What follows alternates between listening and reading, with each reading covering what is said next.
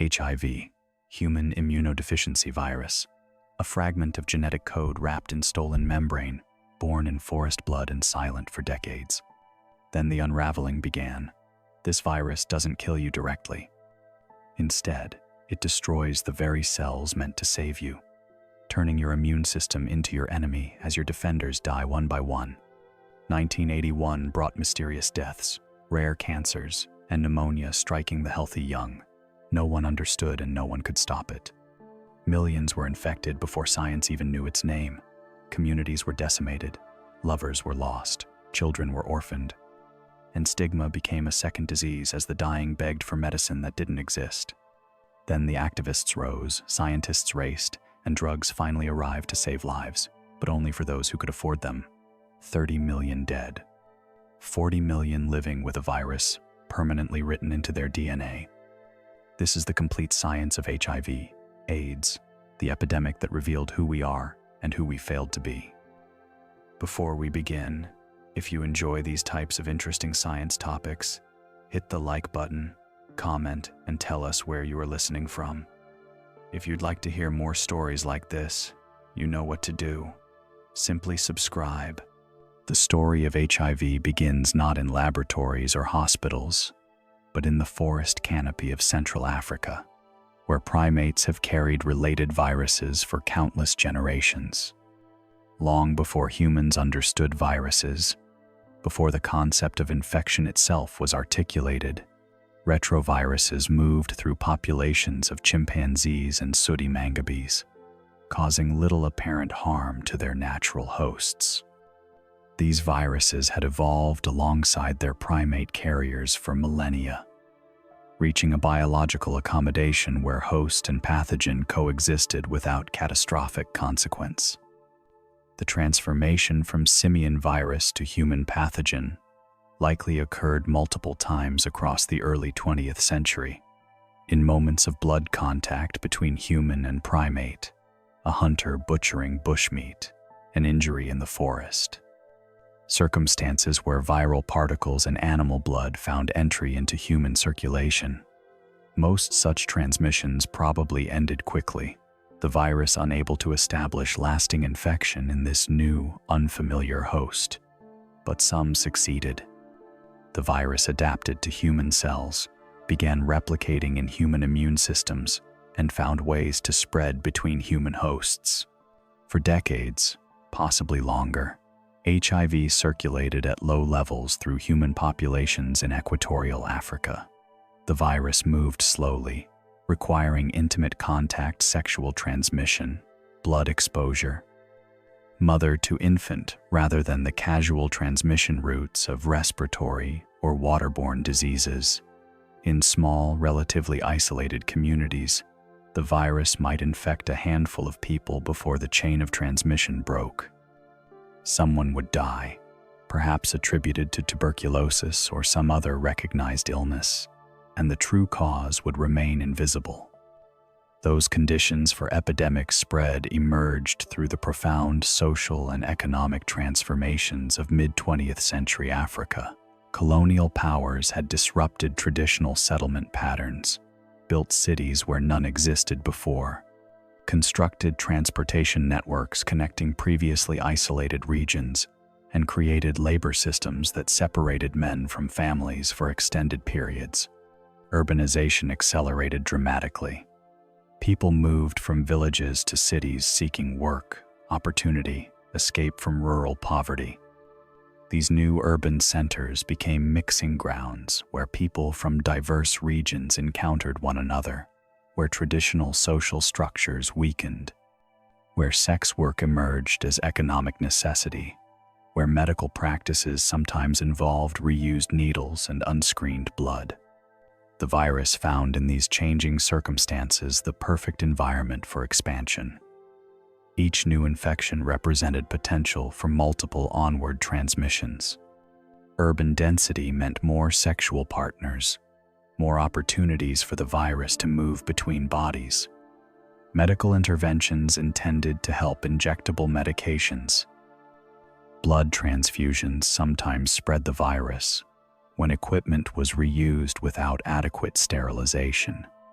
The transportation networks that connected African cities to one another and to the wider world created pathways for the virus to travel far beyond its origin point. Genetic analysis of viral samples, conducted decades later, suggests that HIV established its foothold in human populations sometime in the early decades of the 20th century, possibly around the 1920s in what is now the Democratic Republic of Congo. From this initial emergence, the virus spread gradually through the region, its presence unrecognized, its effects attributed to other causes. By the middle of the century, HIV had likely infected thousands of people across Central Africa, though no one yet understood what was happening. The virus that crossed from chimpanzees to humans, now classified as HIV type 1, possessed certain characteristics that made it particularly suited to human-to-human transmission. Its ability to hide within immune cells, its integration into human DNA, its capacity for rapid mutation, and its long period between infection and obvious illness all contributed to its success as a human pathogen. The virus was not trying to succeed in any intentional sense. Viruses possess no will or purpose, but the combination of biological properties and human social circumstances created conditions where successful transmission and replication became increasingly common. Throughout these early decades of circulation, HIV remained invisible to medical science and public health systems. The people dying from what would later be recognized as AIDS were diagnosed with the opportunistic infections that killed them: pneumonia, tuberculosis, various cancers, wasting diseases without recognition that an underlying immunodeficiency linked these cases. Physicians in African hospitals noted increasing numbers of patients with unusual infection patterns, but lacking the tools to identify HIV and operating in settings where diagnostic resources were limited, they could only treat symptoms and wonder at the patterns they observed. The virus, meanwhile, continued its silent spread. Each infected person might transmit to a few sexual partners over months or years before their own illness became severe. The long latency period, the years between infection and obvious illness, meant that transmission often occurred before anyone realized they carried the virus. This invisible spread, occurring throughout the 1950s, 60s, and 70s, seeded infections across multiple continents as global travel and migration increased. By the time medical science recognized HIV's existence in the early 1980s, the virus had already established itself in populations on every inhabited continent. The origins of HIV thus represent a convergence of evolutionary accident, ecological disruption, and social transformation. A virus that had coexisted harmlessly with its natural primate host found its way into humans through circumstances of blood contact that had probably occurred countless times throughout history. But this time, the transmission succeeded, and the virus encountered human populations undergoing unprecedented social change.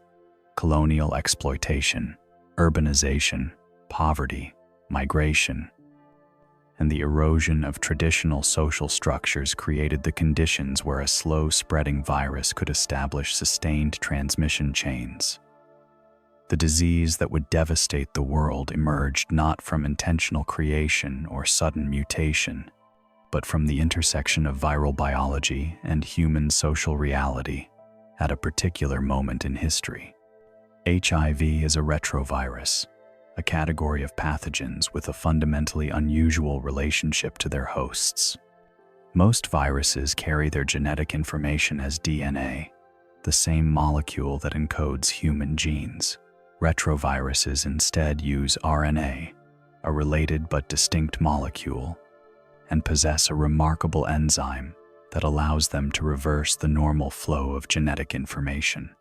This enzyme, called reverse transcriptase, can read RNA and create DNA from it, hence the name retrovirus. indicating a reversal of the typical transcription process. This capacity to convert RNA into DNA and then integrate that DNA permanently into the host cell's genome makes retroviruses uniquely persistent and difficult to eliminate. The HIV particle itself is structurally complex compared to simpler viruses. Imagine a roughly spherical structure, smaller than most bacteria but large for a virus, enclosed in a membrane stolen from the last cell it infected. Protruding from this membrane are protein spikes that give the virus its ability to recognize and attach to specific human cells. Inside the membrane lies a protein shell protecting 2 copies of the viral RNA genome and the enzymes necessary for infection: reverse transcriptase, integrase, and protease. This modest package contains everything needed to hijack human cells and produce thousands of new viral copies. The beginning of HIV infection requires the virus to enter the body through specific routes. The virus cannot penetrate intact skin. It needs access to bloodstream or mucosal surfaces. Sexual contact provides the most common route of transmission globally.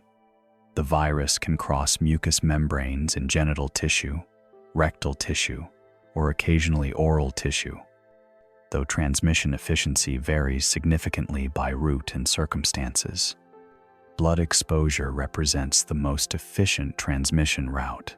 Direct injection of infected blood through shared needles among people who inject drugs, through contaminated medical equipment, or through transfusion of unscreened blood introduces the virus directly into circulation, bypassing all barriers. Transmission from mother to child can occur during pregnancy, childbirth, or breastfeeding. Without intervention, roughly 15 to 45% of infants born to HIV-positive mothers become infected. However, medical interventions have dramatically reduced mother-to-child transmission in settings where such interventions are available, making this mode of spread largely preventable with appropriate care. Once the virus enters the body, it begins seeking its primary target: immune cells called CD4 T cells, also known as helper T cells. These cells play a central coordinating role in immune responses, directing other immune cells, helping activate antibody production, and orchestrating the body's defense against pathogens. HIV has evolved to specifically recognize and infect these crucial immune coordinators, a targeting that explains much of the virus's devastating impact. By attacking the immune system's commanders, HIV undermines the body's ability to defend against any infection. The process of infection begins when viral surface proteins bind to receptors on the CD4 cell surface. This binding is specific, like a key fitting a lock, and requires not only the CD4 receptor, but also a co-receptor, usually either CCR5 or CXCR4. When the virus successfully binds to both receptors, the viral and cellular membranes fuse, allowing the viral core to enter the cell's interior. This fusion is the critical moment of cellular invasion, the point where the virus transitions from external threat to internal infection. Inside the cell, the viral core disassembles, releasing viral RNA and the reverse transcriptase enzyme into the cellular cytoplasm. The reverse transcriptase begins its work, reading the viral RNA sequence and synthesizing a DNA version of the genetic information. This process is error-prone. The enzyme makes frequent mistakes, introducing mutations that will have significant consequences for the virus's evolution and the difficulty of treating infection. The newly created viral DNA, now in a form compatible with human genetic machinery, moves to the cell's nucleus. In the nucleus, another viral enzyme called integrase performs a remarkable feat. It cuts the cell's chromosomal DNA and splices the viral genetic material into the break. The viral genes become permanently incorporated into the human genome, indistinguishable from the cell's own DNA.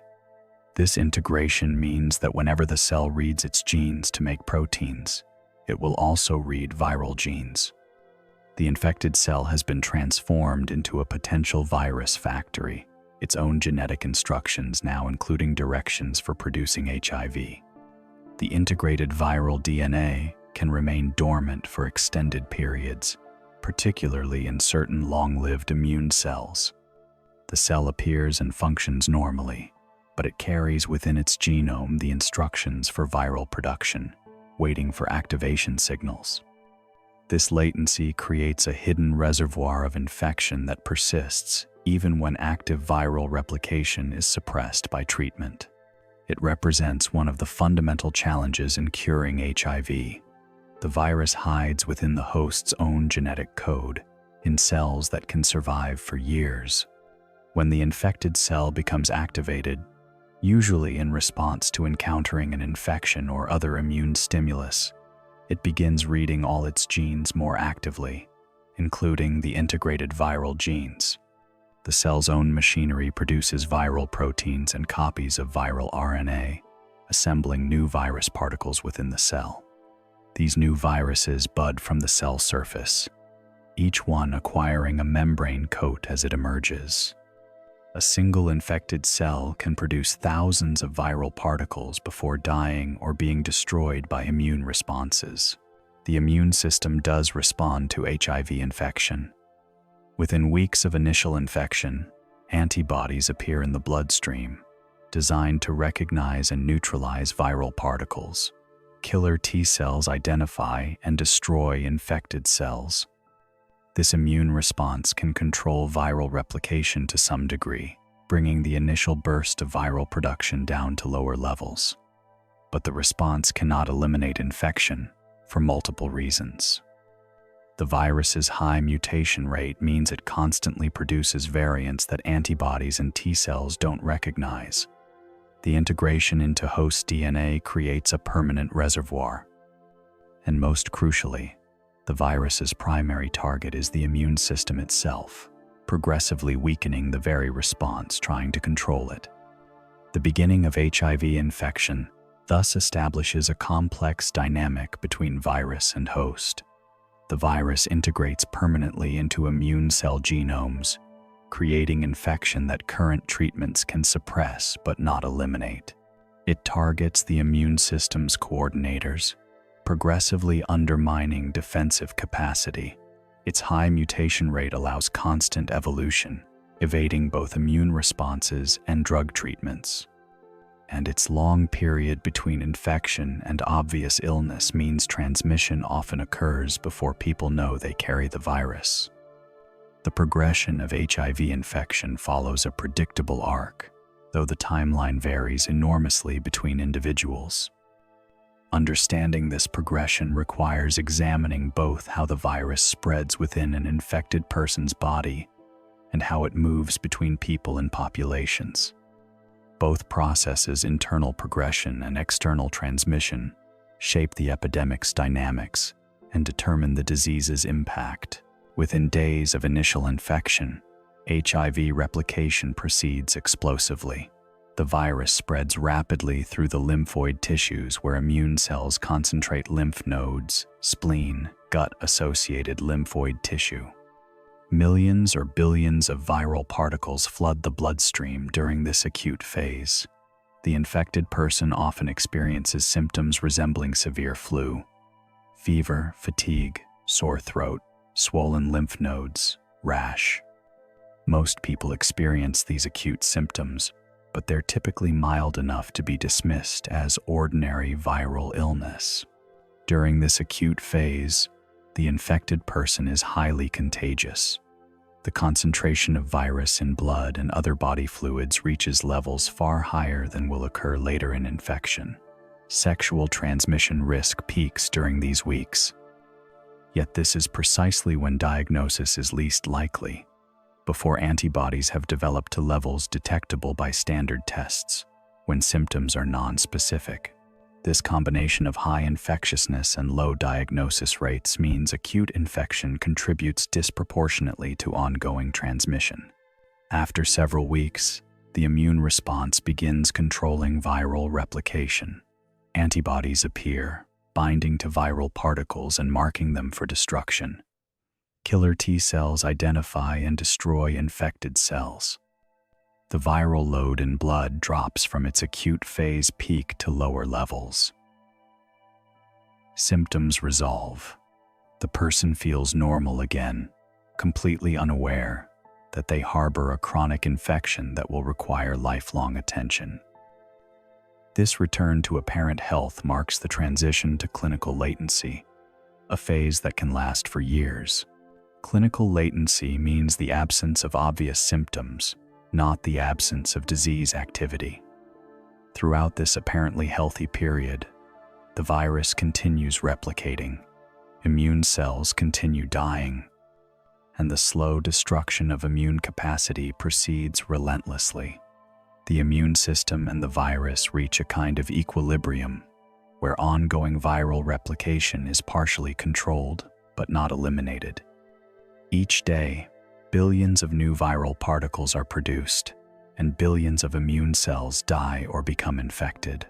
The body constantly tries to replace lost immune cells, but it cannot keep pace indefinitely. The progression rate varies dramatically between individuals.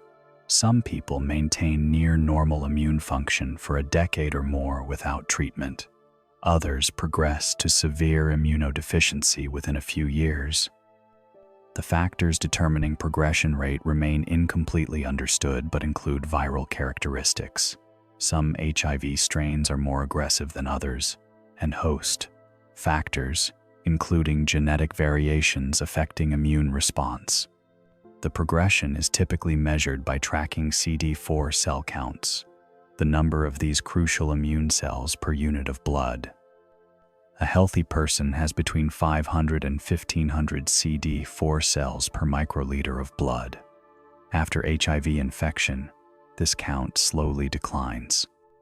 When it drops below 200 cells per microliter, the person is considered to have progressed from HIV infection to AIDS-acquired immune deficiency syndrome. This distinction reflects a critical threshold where the immune system has been so weakened that the body becomes vulnerable to infections and cancers that healthy immune systems routinely control. The infections that exploit this immunodeficiency are called opportunistic infections.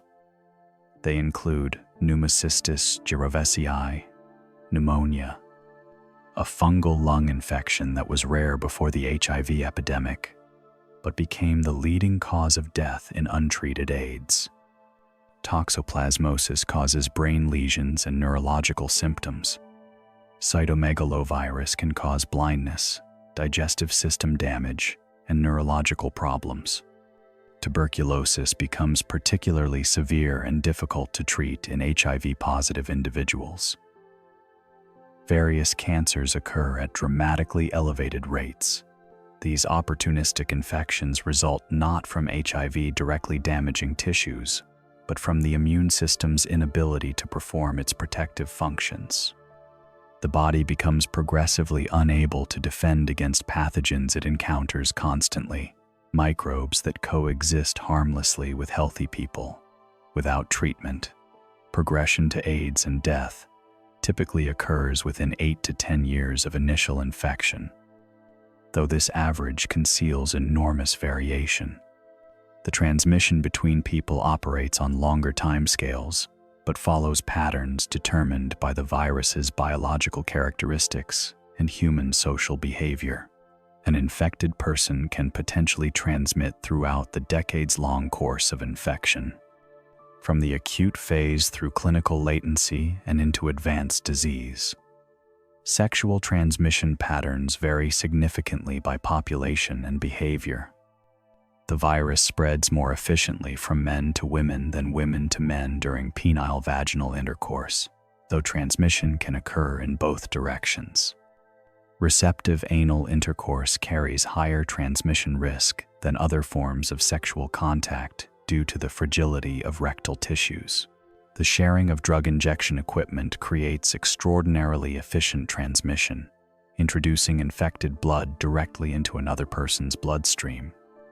In populations where injection drug use is common and needle exchange programs are unavailable, HIV can spread explosively.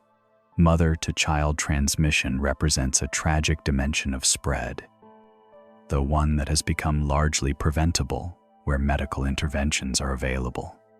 The patterns of spread through populations reflect social structures and inequalities.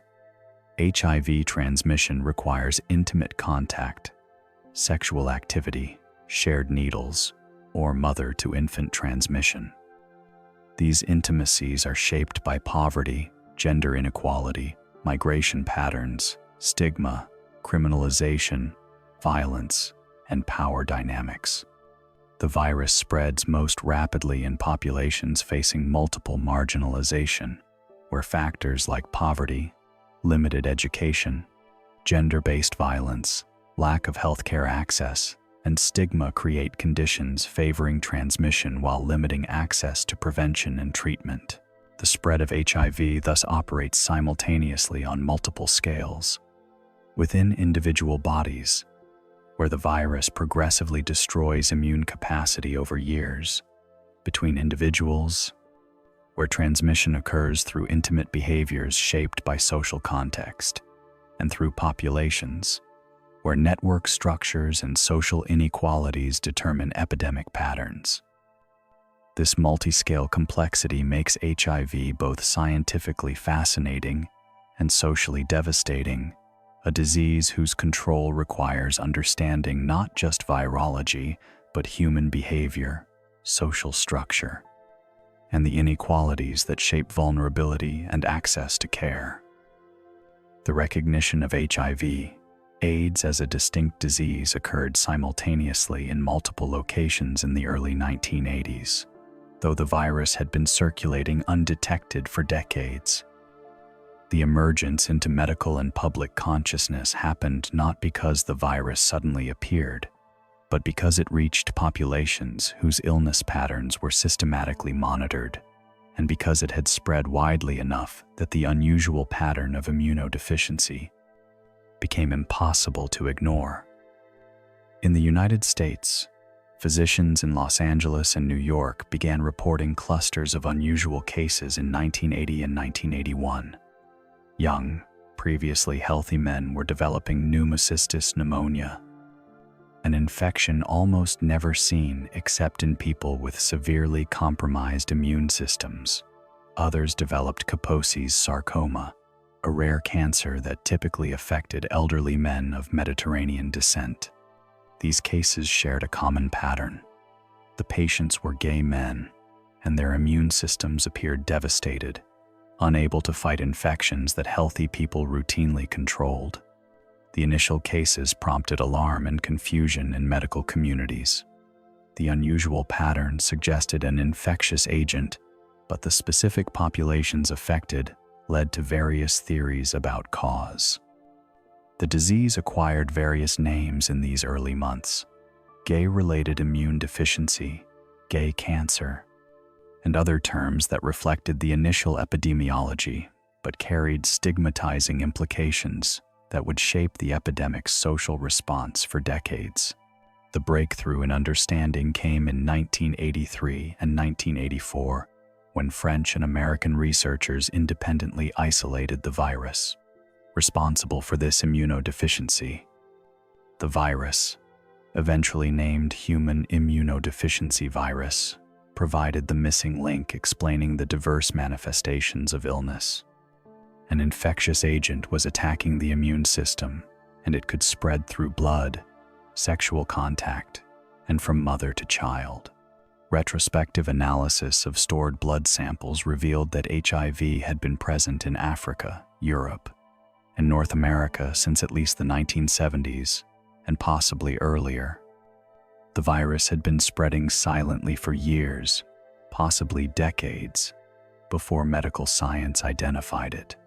This long period of unrecognized transmission meant that by the time the epidemic became visible, substantial numbers of people were already infected across multiple continents. The epidemic's expansion through the 1980s proceeded with frightening speed. In the United States, case counts doubled roughly every year in the epidemic's early phase. The disease that had affected dozens of identified patients in 1981 had killed thousands by mid-decade. San Francisco, New York, and Los Angeles became epicenters where the epidemic's impact was most visible, with entire social networks devastated as friends and partners fell ill in succession. The gay community, bearing the brunt of illness and loss, mobilized both to provide care for the dying and to demand medical research and public health response. In Africa, recognition came more slowly, despite evidence that the epidemic was already severe. When researchers did systematic studies, they found horrifying HIV prevalence rates in some regions, particularly in Eastern and Southern Africa. Countries like Uganda, Tanzania, Kenya, Zambia, and Zimbabwe were experiencing epidemic spread that would eventually devastate entire populations. The epidemic in Africa differed in crucial ways from the pattern in the United States and Europe. In Africa, transmission was predominantly heterosexual, affecting men and women in roughly equal numbers. The epidemic was generalized rather than concentrated in specific risk groups. Thailand and India began recognizing significant epidemics by the late 1980s, initially concentrated among people who injected drugs and sex workers, but spreading into general populations. The recognition that blood products could transmit HIV led to tragedy for people with hemophilia and others requiring transfusions. Thousands of people were infected through contaminated blood products, many of them children with hemophilia who required frequent transfusions of clotting factors. The epidemic spread was facilitated by specific social and economic conditions. Poverty, gender inequality, migration, conflict, and stigma all created environments where HIV could flourish. Women lacking economic independence and negotiating power in sexual relationships faced particular vulnerability. Migrant workers separated from families for extended periods became bridges for transmission between regions. Stigma and discrimination prevented people from seeking testing, disclosing status, or accessing care. By the 1990s, HIV, AIDS, had become a global pandemic affecting every inhabited continent. The epidemic's intensity varied dramatically by region, with sub-Saharan Africa bearing the heaviest burden. Some southern African countries saw adult HIV prevalence rates exceeding 20 or even 30%. Eastern Europe and Central Asia experienced explosive epidemics beginning in the mid-1990s, driven initially by injection drug use, but spreading more broadly. The development of effective antiretroviral medications in the mid to late 1990s transformed the epidemic in wealthy countries. Combination therapy using multiple drugs simultaneously could suppress viral replication, preserve immune function, and extend life indefinitely for many patients. AIDS-related deaths in the United States and Western Europe plummeted after these treatments became available. However, the medications were initially extraordinarily expensive, far beyond the reach of the African countries and other resource-limited settings where epidemic impact was greatest. The fight for treatment access in resource-limited settings became one of the defining global health struggles of the early 21st century. Activists demanded that pharmaceutical companies reduce drug prices, and that wealthy countries and international organizations fund treatment programs in heavily affected regions. Eventually, drug prices fell dramatically through generic production and international pressure, and treatment programs expanded through major global initiatives.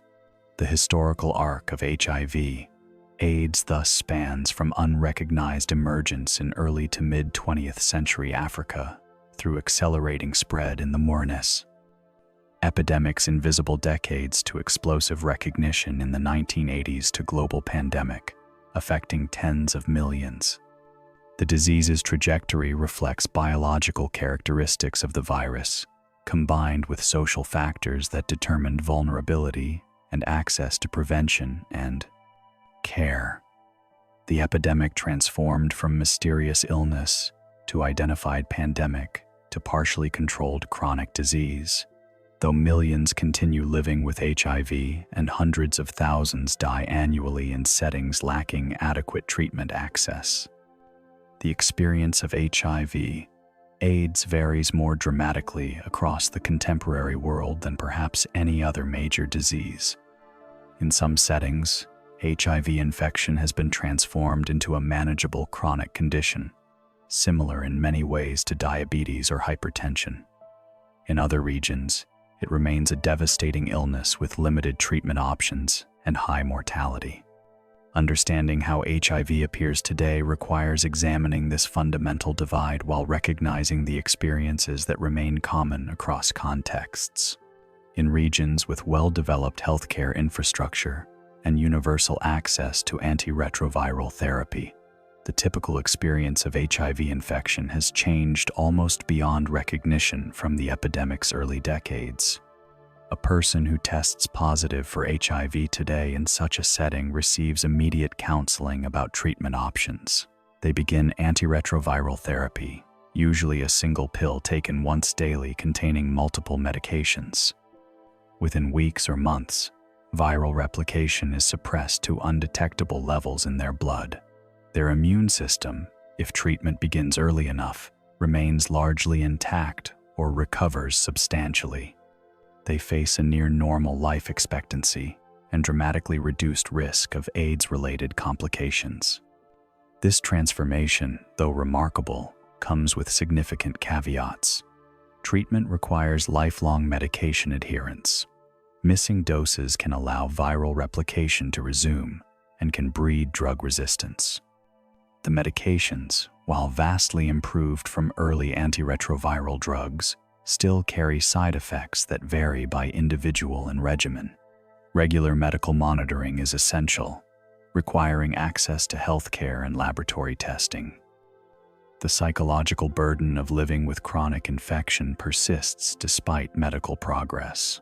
The stigma surrounding HIV, though reduced from the epidemic's early years, remains a powerful force shaping experiences. People living with HIV face discrimination in employment, housing, and social relationships when their status becomes known. Fear of disclosure leads many to conceal their infection even from family and friends, creating isolation and psychological stress. Dating and intimate relationships carry complex challenges around disclosure, fear of rejection, and negotiation of prevention measures. In regions where treatment access is limited or non-existent, the experience of HIV more closely resembles the epidemic's earlier years. A person infected with HIV may know their status through testing, but lack access to treatment. They live through the years of clinical latency, knowing that immune decline is proceeding but having no way to prevent it. When opportunistic infections begin appearing, treatment focuses on managing these complications rather than addressing the underlying immunodeficiency. The progression to AIDS and death unfolds in slow motion. Sub-Saharan Africa, despite hosting the majority of people living with HIV globally, has made substantial progress in treatment access over the past 2 decades. Millions now receive antiretroviral therapy through national programs supported by international funding. However, coverage remains incomplete, and those receiving treatment face challenges including medication stockouts, limited monitoring capacity, and long distances to clinics. Stigma remains intense in many communities, preventing people from testing or disclosing status and complicating adherence to treatment. Mother-to-child transmission, once nearly universal in the absence of prevention interventions, has been dramatically reduced where pregnant women can access testing and treatment. In optimal settings, transmission risk can be reduced to below 1 or 2% through maternal antiretroviral therapy during pregnancy, safe delivery practices, and modified infant feeding. However, achieving this outcome requires resources not universally available. The experience of testing positive for HIV remains emotionally devastating for many, despite treatment advances. The diagnosis carries implications for life planning, relationships, self-concept, and future hopes. The quality of counseling and support at diagnosis significantly affects subsequent coping and treatment adherence. Key populations groups at elevated HIV risk, including men who have sex with men, sex workers, people who inject drugs, and transgender individuals face specific challenges in accessing services. These populations often experience criminalization, severe stigma, violence, and discrimination that create barriers to testing and treatment. Yet these populations continue experiencing disproportionate HIV incidence, meaning that epidemic control requires reaching them effectively despite social and structural barriers. Prevention technologies have expanded beyond condoms and behavior change to include biomedical interventions. Pre-exposure prophylaxis, taking antiretroviral medication preventively to block infection if exposure occurs, has proven highly effective when used consistently. Post-exposure prophylaxis, medication taken shortly after potential exposure, can prevent infection if started quickly enough. These tools transform prevention by providing options for people to protect themselves, though they require healthcare access and knowledge about their availability. The modern face of HIV. AIDS is thus fragmented across geographic, economic, and social divides. For some, it's a chronic condition managed with daily medication, regular clinic visits, and near normal life expectancy. For others, it remains a death sentence unfolding across years, with limited access to the treatments that could preserve life. For all, it carries psychological weight, social stigma, and the burden of lifelong vigilance.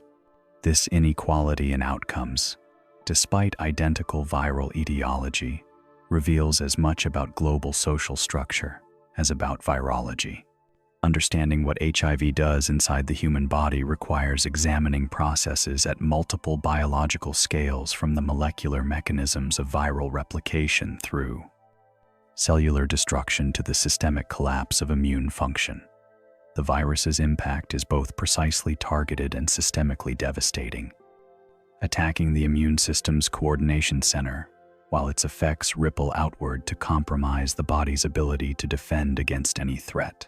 The viral life cycle begins when HIV encounters its target cell, typically a CD4 T cell, but potentially other immune cells, including macrophages and dendritic cells. The virus recognizes its target through a sophisticated molecular handshake involving multiple cell surface proteins. When both receptors are successfully engaged, the viral envelope undergoes a conformational change, bringing the viral membrane into close contact with the cell membrane. The membranes fuse, creating an opening through which the viral core can enter the cell's interior. Inside the cell, the viral core releases its contents: 2 copies of the viral RNA genome, reverse transcriptase enzyme, integrase enzyme, and other viral proteins. The reverse transcriptase immediately begins its crucial work, reading the viral RNA and synthesizing a complementary DNA copy. This reverse transcription process is highly error-prone, with the enzyme making roughly 1 mistake per 10,000 nucleotides copied.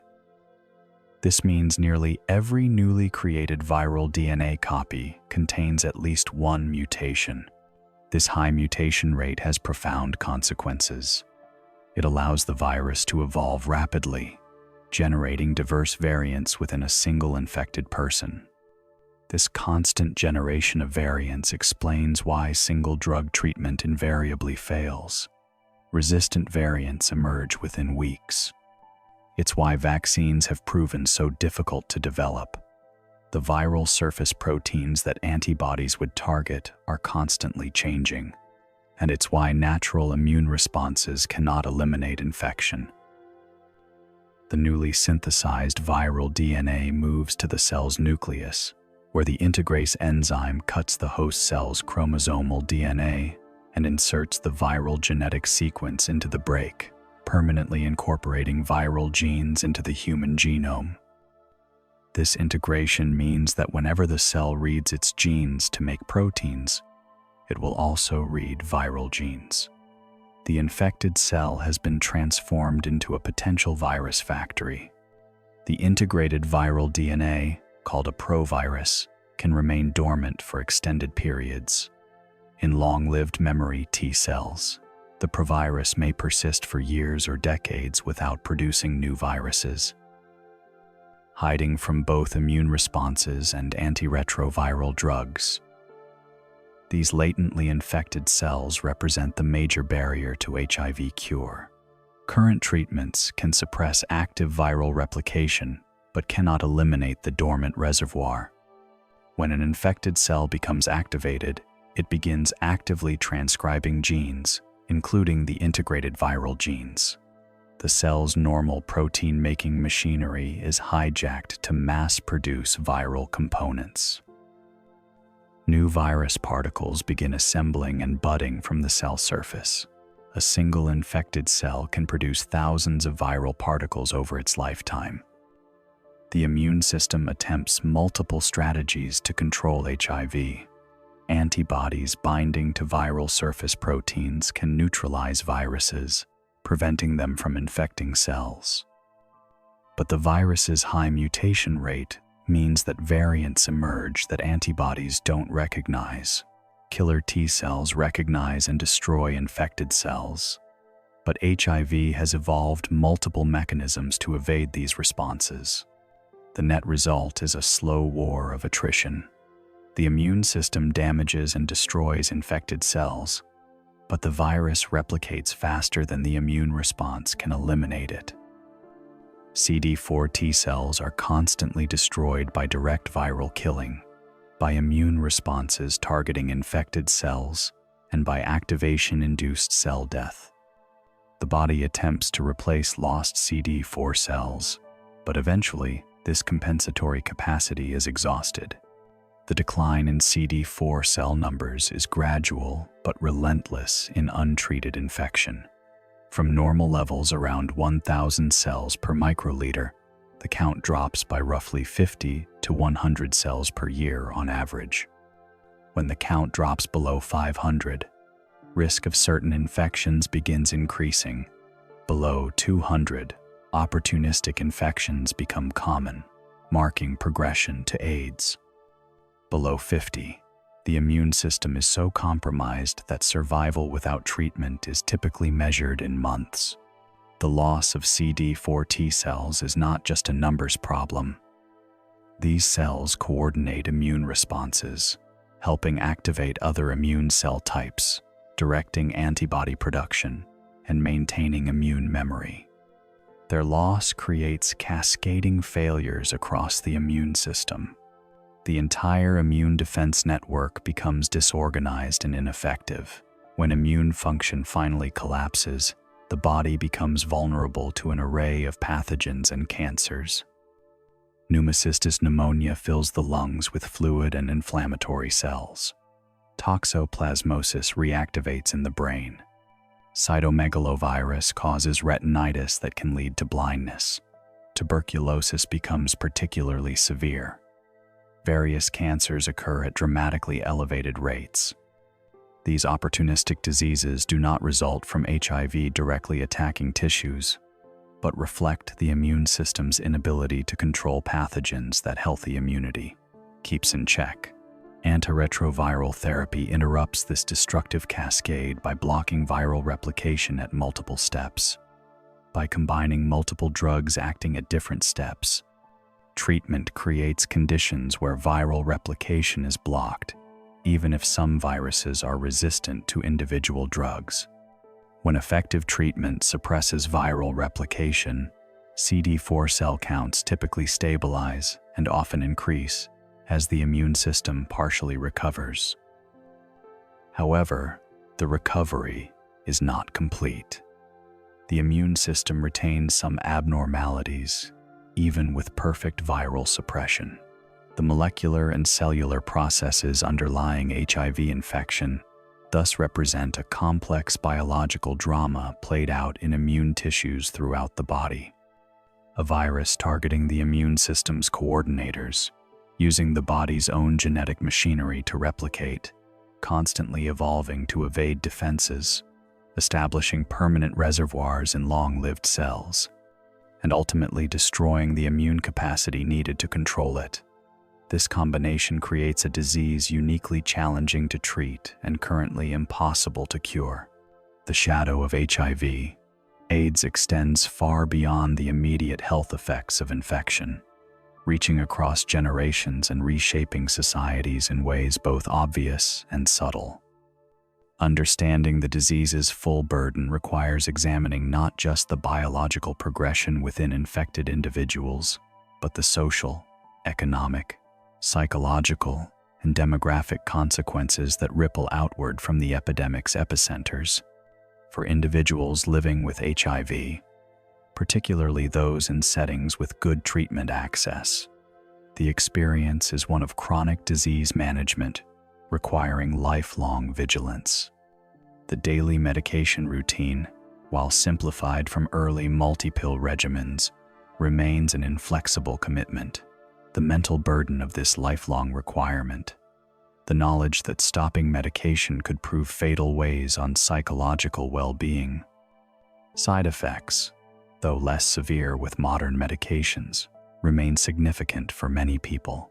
The aging of populations living with HIV presents emerging challenges that were barely imaginable in the epidemic's early decades, when survival itself was uncertain. People who contracted HIV in their 20s or 30s are now in their 50s, 60s, and beyond. Evidence suggests increased rates of cardiovascular disease, certain cancers, cognitive decline, and other age-related conditions. Though disentangling the effects of HIV, antiretroviral therapy, chronic inflammation, and behavioral factors remains challenging. The psychological burden encompasses multiple dimensions beyond medication adherence. Many people living with HIV experience depression, anxiety, post-traumatic stress, and other mental health challenges. These may stem from the trauma of diagnosis, chronic illness stress, medication side effects, experienced stigma, social isolation, or loss of loved ones to AIDS. Stigma remains perhaps the most pervasive and harmful social consequence of HIV. Despite decades of education efforts, people with HIV still face discrimination, judgment, and social rejection when their status becomes known. This stigma operates at multiple levels. Internalized stigma, where infected people absorb negative societal messages and experience shame. Interpersonal stigma manifesting in rejection by family, friends, or partners, and structural stigma embedded in laws, policies, and institutional practices.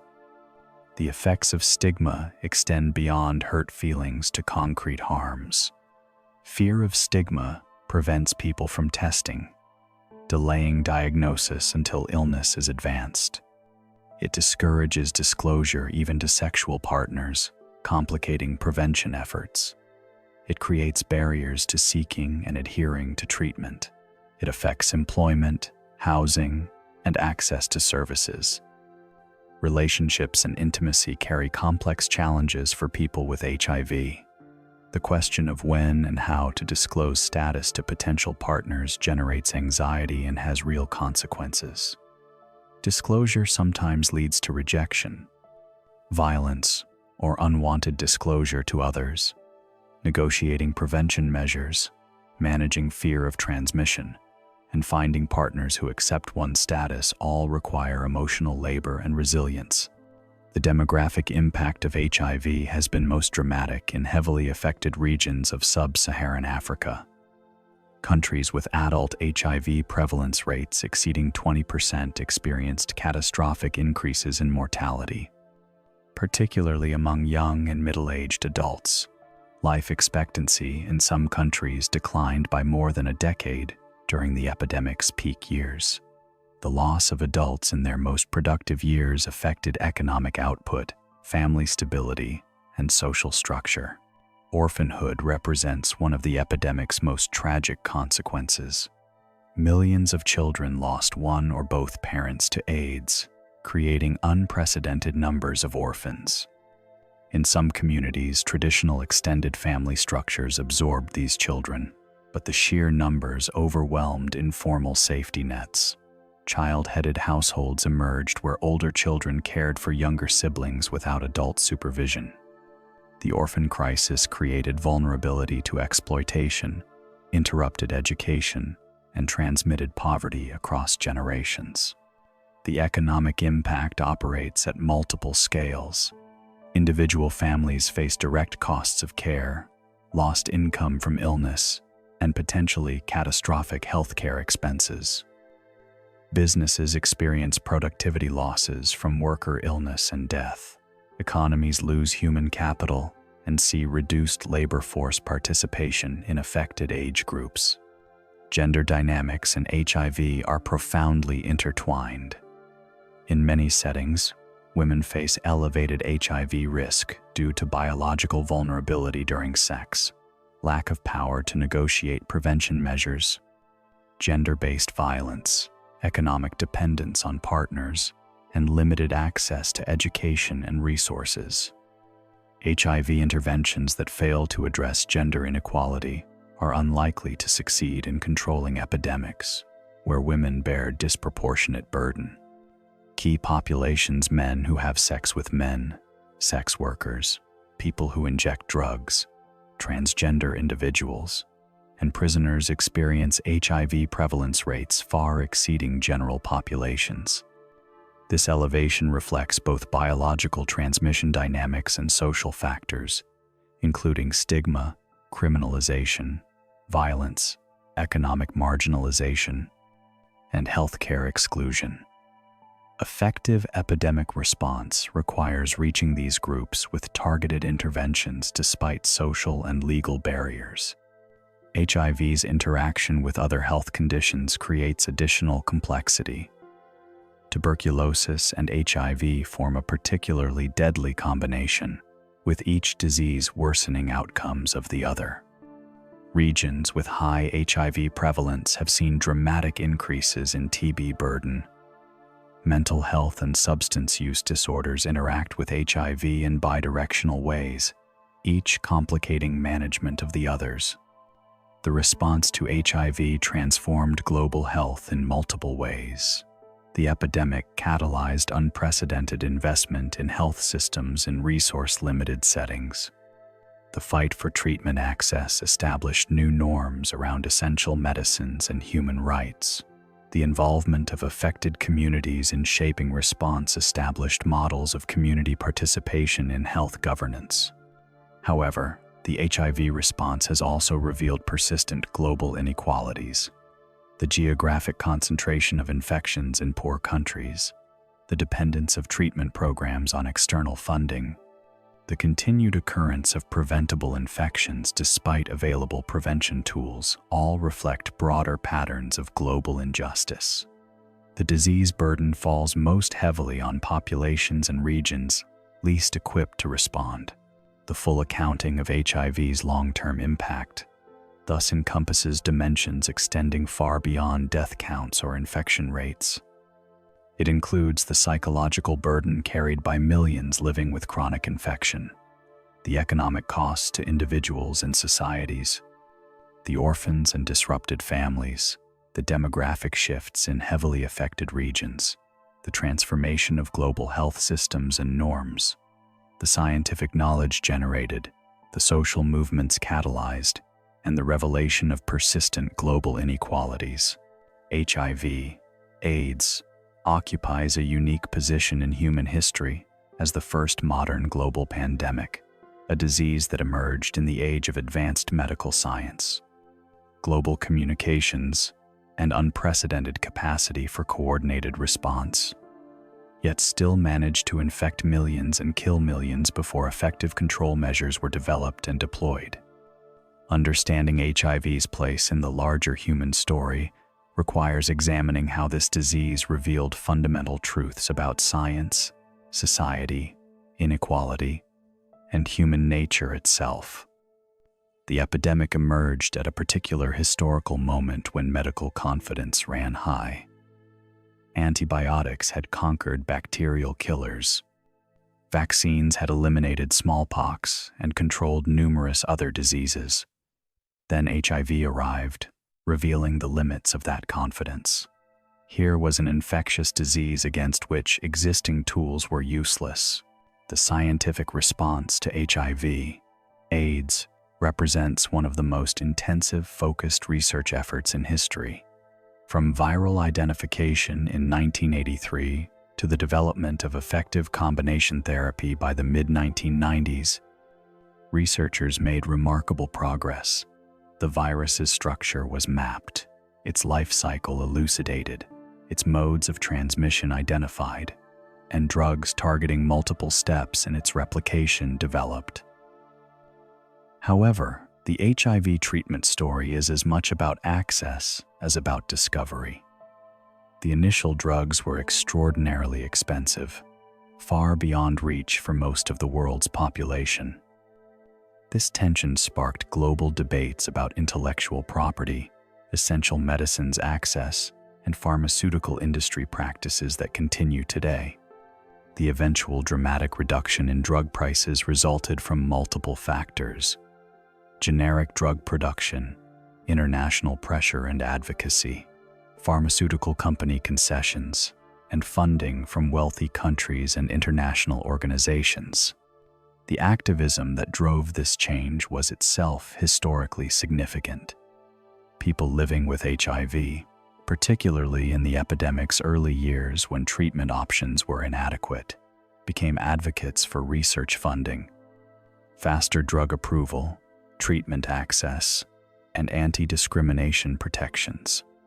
This activism established models of patient involvement in research and policy that influenced approaches to other diseases. The epidemic catalyzed major shifts in medical research ethics and drug development processes. Accelerated drug approval pathways were developed in response to HIV. The concept of community advisory boards emerged from HIV research. These changes have been applied to other diseases and have permanently altered the research and approval landscape. HIV's role in revealing and exacerbating social inequalities cannot be overstated.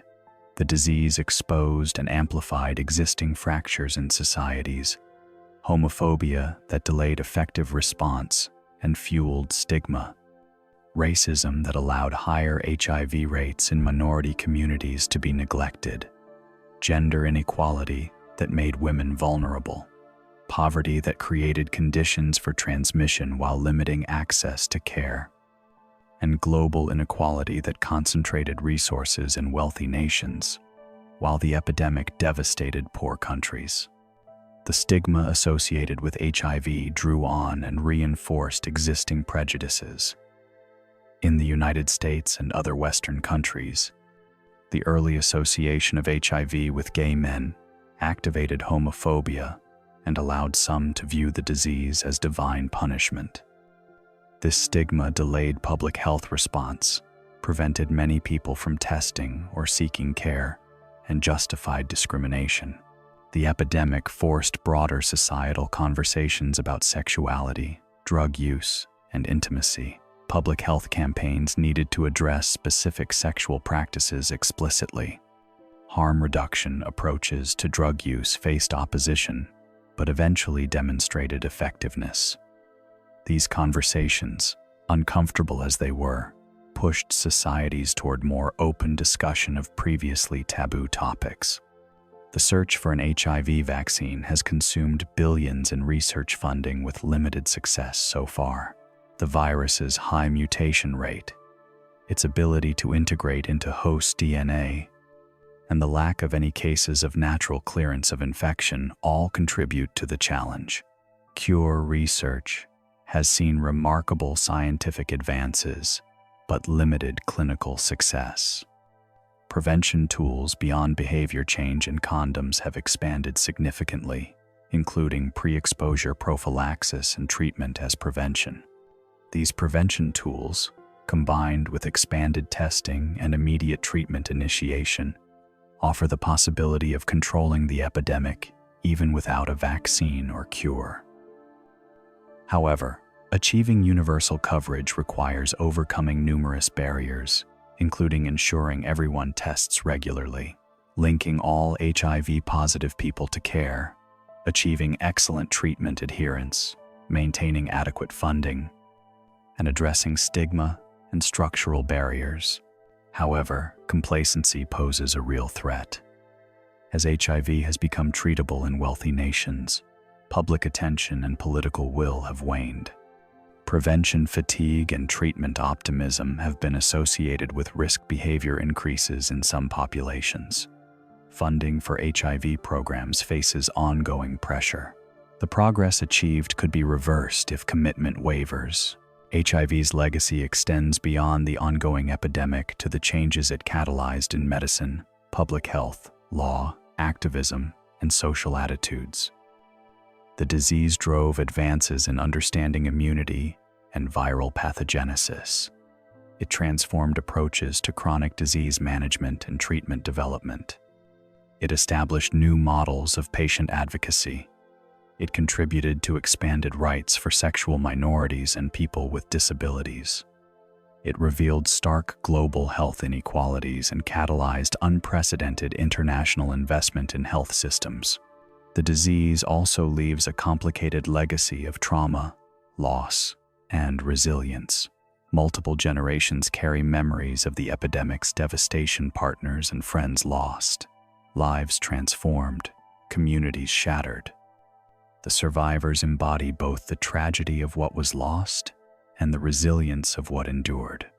Looking forward, the question is not whether HIV can be controlled. The tools exist, but whether humanity will muster the political will and resources to use those tools equitably and effectively.